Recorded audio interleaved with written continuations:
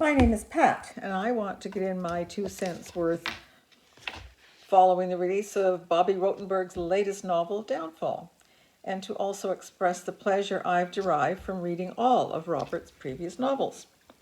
When I fell in love with the characters, who Robert made me feel are real and relatable, the storyline could only be developed inside the head of someone who knows the intricate details of policing, court procedure, backroom deals, and might I say, a good love story. Robert's books are page-turners, and as with all good novels, especially mystery, you don't know until the end who done it. If I were to choose one of Robert's earlier books that jumps out at me, it seems to be Stray Bullets.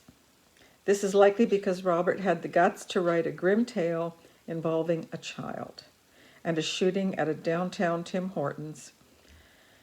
Not wanting to give away any of the plot, I've chosen to read a short excerpt. When Detective Kennicott, and again when Ari Green, get word of the shooting, I felt I was there in that parking lot. All available officers in Quadrant D. Sound of gunshots in the area of Elm Street and University Avenue, at or near the Tim Hortons on Elm. It was a hot shot, an extra loud emergency call that blasted through Officer Daniel Kennicott's police radio, overriding everything else. It meant a major crime was in progress. Drop everything and go. Kennicott started running full out. He unclipped the radio from his hip. PC Kennicott, badge 8064, D-post, he shouted, corner of University and Armory, heading north, about 30 seconds away. You'll be the first officer on scene, the dispatcher said. Be careful. Child hit by bullet, the dispatcher said. Her dispassionate voice was a strange counterpoint to the terrible news. One suspect seen fleeing on foot, backup and ambulance on the way. Kennicott got to Elm Street and cut to his left. Almost there, he said. In his 4 years on the force, he had got 2 other hot shots. Both had been relatively static domestic situations.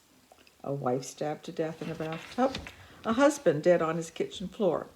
But this was gunplay right in the middle of the city, people all around, the shooters on the loose. And then we go from there to when Ari Green got the news. Homicide detectives often bragged about how they always walked, never ran. But despite the slippery sidewalks that had turned to sheer ice as the temperature dropped, he ran. Across the plaza in front of the new City Hall, under the arch at the side of the High Court, where this case was sure to end up, through the rush hour traffic on University Avenue, and down Elm Street to the Tim Hortons. 3 squad cars were there already. Green flashed his badge at the officers with the police tape. String it wider, much wider. I want an outer perimeter, he said. Cover the whole street and buildings on both sides. I want everyone and everything moved back. Police cruisers, TV trucks, now. Yes, sir, both the cops said in unison.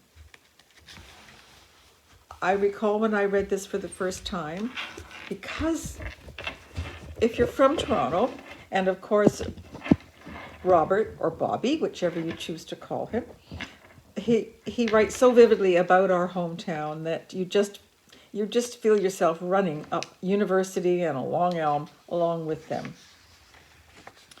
So settle in for a very, very good read with Downfall, but if you haven't read the first 5 Rotenberg novels, read them in order. The characters become part of your fictional family, and you don't want to miss any of their storylines. Be prepared to fall in love with Ari Green's father, Grandpa Y, who lost his first wife and 2 children in concentration camps, but lives now with humor, wisdom, love, and grace. All the best to Bobby and to everyone who has the pleasure of reading these novels.